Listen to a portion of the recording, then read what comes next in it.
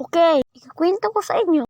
So experience ko. Simulan na natin. Tara. Okay, pumunta kami sa aming tropa. Kasama ko ang tropa ko. Sa paglalakad namin, nakita namin sa daan ang aso. So, yung aso na yun, itinatawag na king kasi sobrang laki ng aso na yun. Palapit na kami, nakita namin siya na nakaharang sa aming daanan. Dahil natatakot kami, nakakita ang kaibigan ko ng shortcut. Sabi ko, doon tayo dumaan. Kadaanan namin kasi ay sobrang daming mga damo. Kaya wala kaming choice. Doon na kami dumaan. Naalala ko pa nga sobrang kati ng ngiti ko. Dahil sa damong nadadaanan namin, yung malapit na kami, biglang tumawag si King. Sobrang takot namin. Hindi na kami nakatakbo. Nandun kami sa gilid. Inaantay na may dumaan na tao. Kasi bro, walang dumaan na tao. Malapit nang maggabi na noon. Buti na lang, nakatulog si King. Sobrang tagal niya nag-aantay. Nakatulog na siya.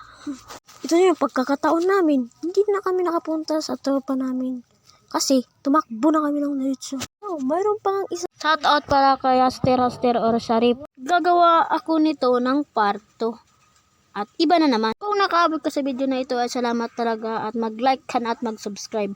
Papaalam kay Bananation.